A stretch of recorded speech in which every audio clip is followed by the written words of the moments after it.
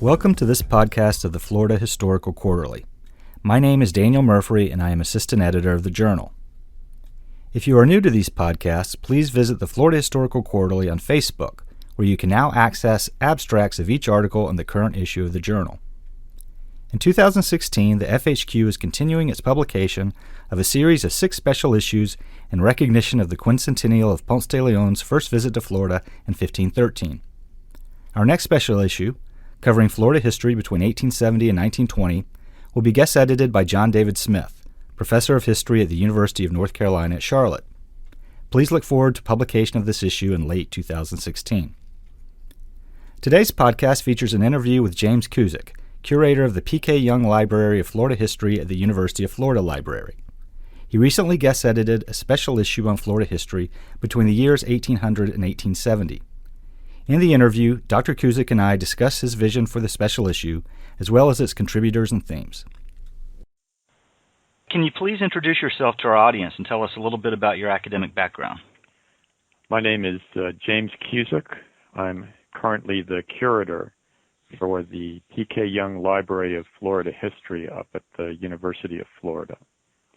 And I have a PhD and an MA in anthropology.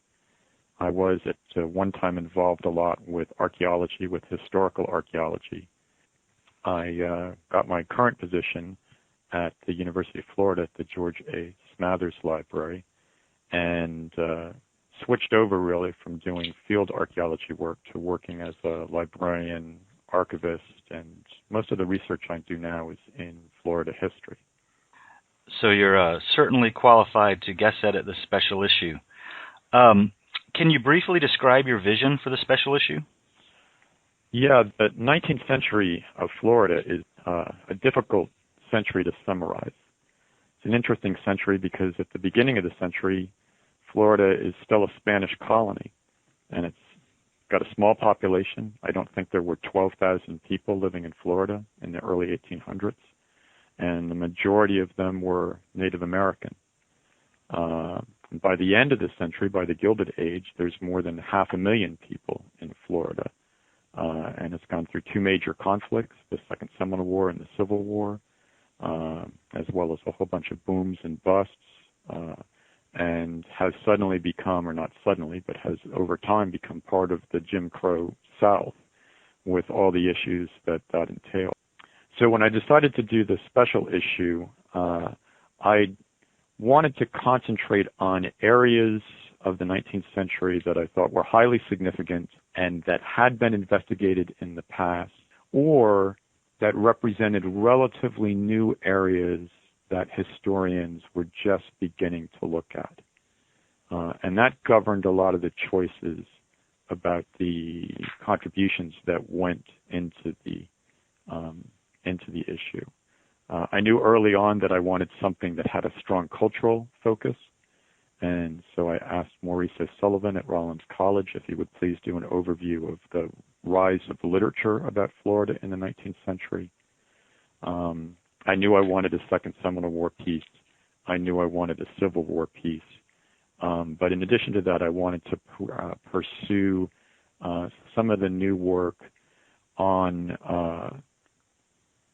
people of color in Florida and on Native Americans in Florida, and we were very fortunate in getting 2 excellent and new biographical pieces in those areas. Well, you generally addressed it, but could you tell us a little bit more about the contributors and what their focus is for these articles? Yeah, sure. We have a broad range of historians and archivists. As I mentioned, Maurice O'Sullivan, who is the Kenneth Curry Professor of English at Rollins College, actually opens the issue with a piece that is a wonderful kind of introduction to the literature of Florida, primarily novels, some short stories, and also poetry. It's a huge boom of sort of writing in the 19th century, and Maurice O'Sullivan covered it really, really well. It's I always tell people, you read that article, you can be prepared to go out and teach Florida literature in the 19th century. It's a wonderful piece. Then I talked to Patsy West, who runs the Seminole and Miccosukee photographic archive down in the Miami area. And she has worked with the Seminole Tribe of Florida for decades, literally for decades. She worked with William Sturtevant, the great ethnologist.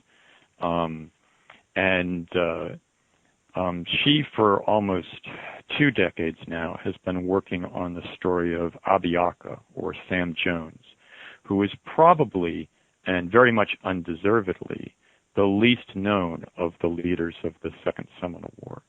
He was the overall leader and strategist of the war. He was actually someone that better known leaders like Osceola conferred with and answered to. And yet he's always remained a rather shadowy figure. You always see him kind of mentioned in accounts of the war or accounts of other people's biographies. And Patsy has traced him through myriads of records and has given us the first really in-depth portrait of who he was and what he accomplished. He is generally, even today, considered the founder of both the Miccosukee and the Seminole tribes that are in Florida, because he was the leader who never came in from the field, who never went west, who never basically was subject to the Indian Removal Act or the removal that affected so many other peoples. A kind of companion piece to that is a graduate student, Christine Rizzi from the University of Mississippi, who also chose as her topic the Second Seminole War and looked at the different ways that the Seminoles and Miccosukee and the soldiers and officers in the American military forces understood the landscape of Florida and how landscape affected their ability to move around and success or failure of many of their military expeditions. Another very interesting piece on the conflict. In addition to that, Matt Clavin, who's at the University of Houston, has published before in the Florida Historical Quarterly and has published books both on the Haitian Revolution and on runaway slaves and fugitive slaves in the American South. And he did a retrospective on runaway slaves from Florida, analyzing the advertisements that were put in newspapers when masters were trying to recapture these people who had fled from their plantations. That's a very big area of study now, and lots of students and graduate students are looking more and more at these runaway slave ads. And of course, it's been a very big topic in Florida history, starting with the work of Jane Landers and also with Larry Rivers on resistance to slavery, free people of color, the routes that fugitives took to freedom. So that again is very central to research in the 19th century, and a really nice introduction to some of the caveats and some of the benefits of using the slave advertisements as a source of information. And then we have 2 pieces that are related to the Civil War and post-Civil War.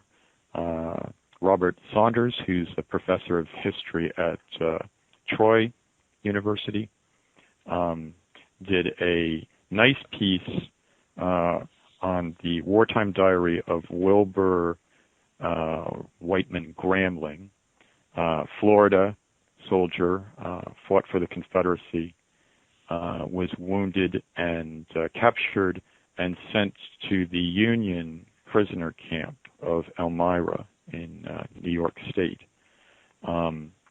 There's been a lot of literature in recent years on Civil War prison camps, a lot of them focused on Andersonville, the infamous Confederate camp. Elmira also, the Union camp, had a very bad reputation. There's an ongoing debate in the literature on what conditions were like at Elmira, and also whether there was incidences of negligence or deliberate cruelty among the prison guards and administrators. It's a daily account of what happened to him and to people he knew at the prison camp while he was imprisoned there. Very good analysis, and Professor Saunders calls into question some of the accounts that were written in the early 1900s, which implied that Elmira was, if anything, worse than Andersonville. And he in his research has suggested that conditions were very severe, very harsh at Elmira, and there was a good deal of death particularly from disease and from the inability to cope with the large numbers of prisoners who were put into that camp. But at the same time, questions some of the more stronger rhetoric that suggests that this was that these conditions were deliberate. He thinks, and I think he argues very well, that a lot of the conditions there were due to the sheer inability of the military to sustain an infrastructure there.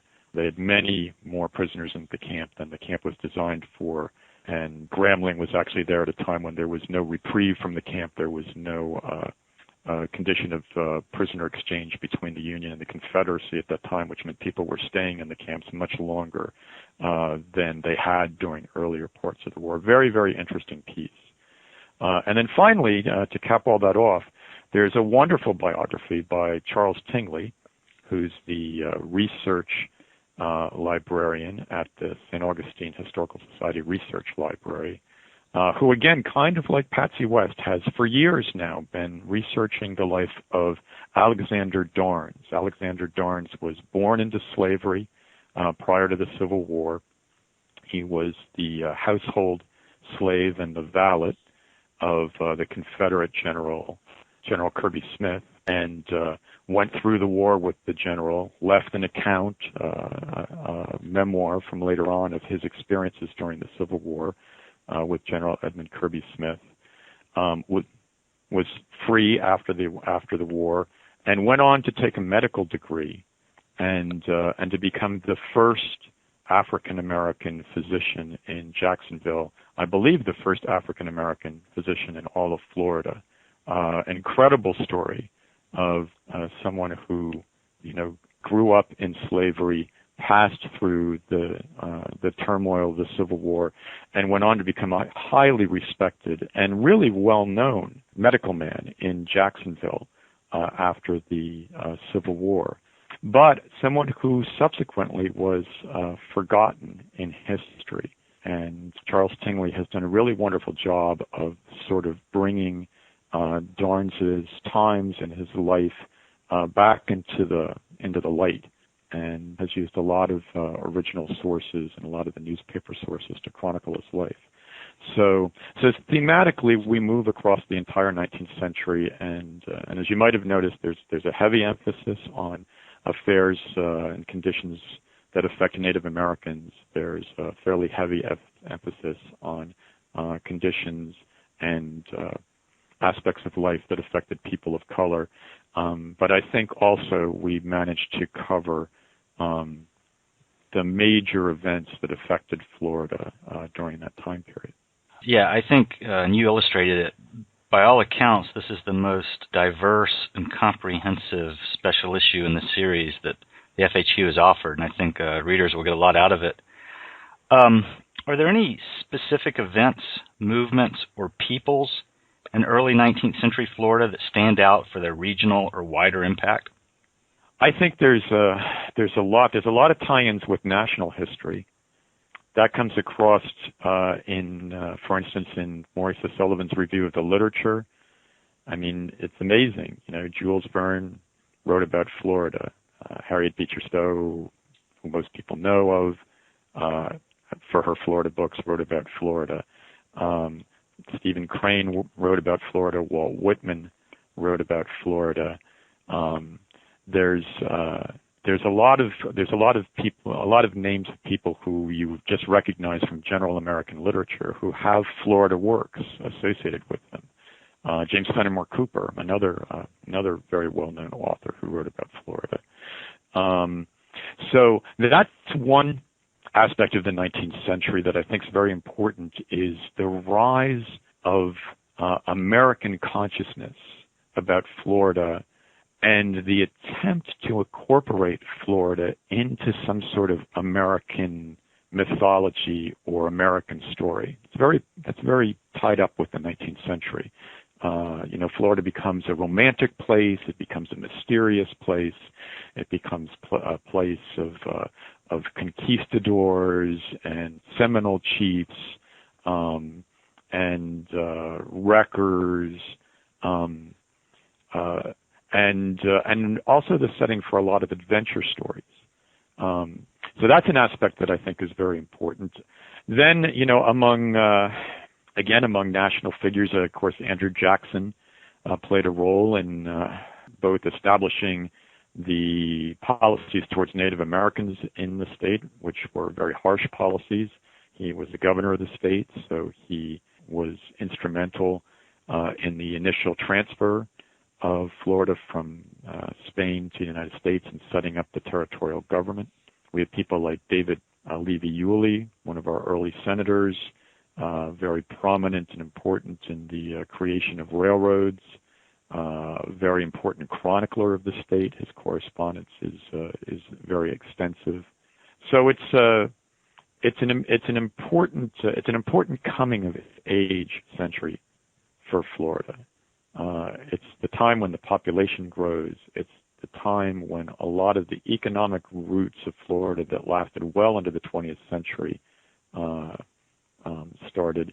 It's also the time when people begin to have to deal with the issues that are going to become the major social issues of the 20th century, particularly post-Civil War, Jim Crow, segregationist policies of the South, which set in the late 1870s, and which affected people very much, for instance, like Dr. Darnes in Jacksonville, who, although he was very prominent and extremely well educated, and had, of course, seen an amazing array of events in his life, records, in his own words and his own accounts, instances of discrimination against African American residents of Jacksonville and also other areas of the country that he lived in. So this period in Florida definitely reflected broader trends in the U.S. and elsewhere, I guess. The 19th century, you can argue that for all of Florida history, but the 19th century, I think it's very easy to find parallels with general American history. Again, the Seminole War is another very important period to look at because we're still dealing with the legacy of the Indian Removal Act and of the various conflicts between American military, American citizens, and Native Americans, and of course that the Second Seminole War shaped the modern state to a great extent. It split the Seminole tribe, who were descendants of the Seminoles from that period are now located in Oklahoma and Florida, and it certainly figured into modern or contemporary questions about the unjust treatment of Native Americans, the justifications that were used to seize territory that was their homeland. And I should say too that the Civil War, the Second Seminole War in particular, are very prominent topics in Florida history. You can go back over the last 30 years and you find graduate students writing theses and dissertations. You find many articles being published about them. You find there's rarely a period of more than 2 years that goes by that somebody doesn't bring out a book dealing with one of those two conflicts in Florida. So even today, I think they're looked at as watershed events in Florida that constantly people revisit and reanalyze. Well, you kind of covered some of the legacies there. For the modern student, the modern public, how should we regard the region and period today? I think it's a good period to look at to learn the lessons of the past. It was a century that was fraught with conflict and violence. Very few decades in the 19th century saw extended periods of peace. And so there's a great deal of unfairness in the 19th century in the treatment of working peoples and the treatment of Native American peoples. Certainly, it's a period that focuses on the great struggle to outlaw and eliminate slavery, and then to deal with the consequences of the population of people who were formerly slaves, trying to integrate them, socially and economically into the post-war era. I also, though, think that it's a really good century to look at, and when you're looking at the individual. There's so many people that have been chronicled now who endured great hardship or faced great challenges, and not always overcame them, sometimes succumbed to them, but that left behind a very good record of their struggles to come through these things. That's there's more and more now on the Native American leadership. Also wonderful biographies too of U.S. military men who were in Florida, either in the Second Seminole War or the Civil War, and a lot of times their pragmatic or their ambiguous feelings about serving in the military, particularly in the Indian War. There weren't clear-cut feelings about that, even on the side of the American military. Many officers, a lot of troops felt that conflict was not something that they were proud to be part of. Many of them felt that it was an unnecessary use of military force. I mean, opinions varied on that. So you get to see by looking at some of the biographies and some of the diaries and some of the memoirs of the time, I think you get to see how complicated a time it was in American history. A lot of things that we have formed conclusions about, people back then were debating very heavily, and you had people on both sides of the question. You had people trying to find a middle road, trying to find some means of accommodation, which would end a period of violence or end a conflict, frequently not being able to find that compromise.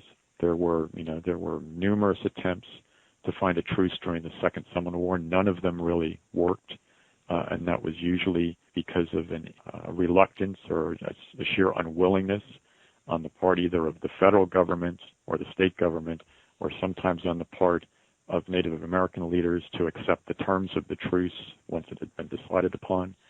So I think one of the great things for historians in this period is that there are lots of stories about people and individuals and what they went through, and I think this issue again is a good example of, if you're willing to do the digging, there's sometimes years and years of digging to turn up the sources on material and on people.